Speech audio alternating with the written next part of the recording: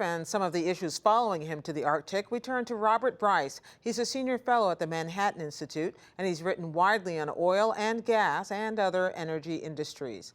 And Michael Brune, executive director of the Sierra Club, an environmental group. Michael Brune, I want to start with you and ask you what overall you see as the significance of the president's visit to the Arctic. Well, it's very significant. The president has made climate change a top priority of his administration in both terms.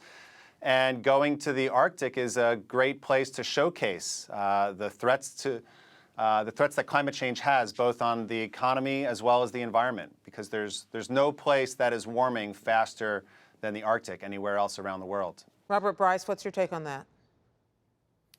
Well, I can't argue temperature issues. I think what's interesting, though, is that the president has given the green light to Shell to drill in Alaskan waters, and I think it's a pragmatic move.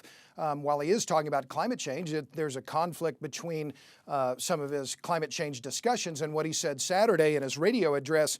He said, our economy still has to rely on oil and gas. As long as that's the case, I believe we should rely more on domestic production than on foreign imports. And I think that that's a positive move. And clearly, the oil and gas sector has been one of the true bright spots in an otherwise lackluster economy during his presidency.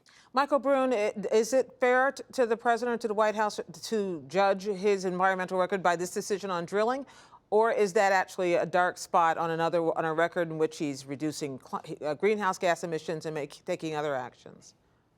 I think it's fair to say that the president has done a lot on climate, and it's also fair to say that his record is far from perfect.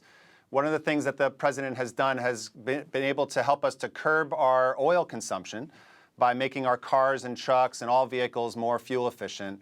He's also begun to lead us away from coal in the production of electricity and natural gas, and to shift more towards clean, renewable energy.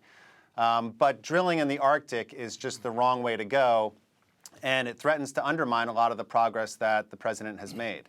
Let me ask Robert Bryce about that, because you see it as an unalloyed good. But if we did a story not too long ago on this program about the oil glut, about the increase in shale production. Why is there a need for additional offshore oil drilling in Alaska? Well, I'll make a quick point. One is that Alaskan energy has been a strategic issue for the U.S. now for close to a century. Remember, it was 1923 when President Harding designated the Naval Petroleum Reserve in Alaska. So this idea of Arctic drilling is hardly new. The Arctic National Wildlife Refuge, of course, has been a flashpoint now for decades, but we've been drilling in Alaska for decades, for the most part, very safely.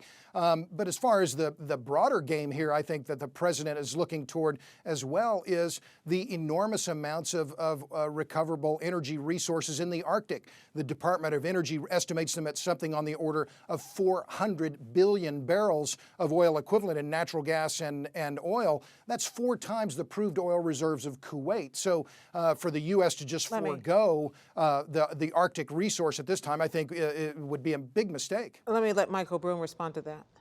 Yeah, Sure. Thanks. So drilling in the Arctic might have been a good idea back in 1923, but it's 2015. The world has changed, and we should change with it. Scrambling with Russia to race to see who can drill in the Arctic first is like racing to see who can light the fuse on a time bomb. Supremacy in the Arctic shouldn't be defined by who gets to destroy it first. Let me ask what you we both. have. Go ahead.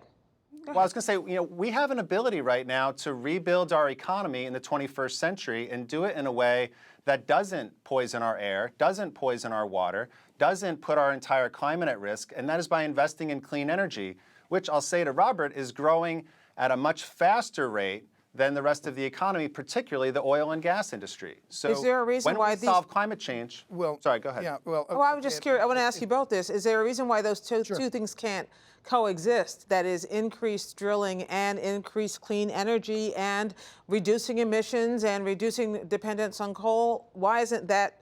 Why can't that all work together for good? I'll start with you. Well, I'll make 2 points. One is that natural gas has been a critical part in the U.S. reducing CO2 emissions. The Sierra Club is anti-fracking. The natural gas displacing coal in the domestic electric generation sector has been a key factor in the fact that the U.S.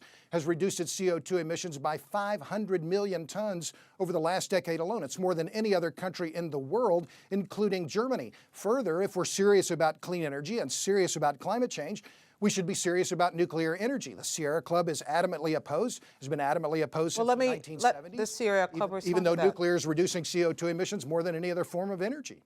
Mr. Bryce. Sure. Well, how about I state the Sierra Club's policy? We look at all energy sources with a few different criteria.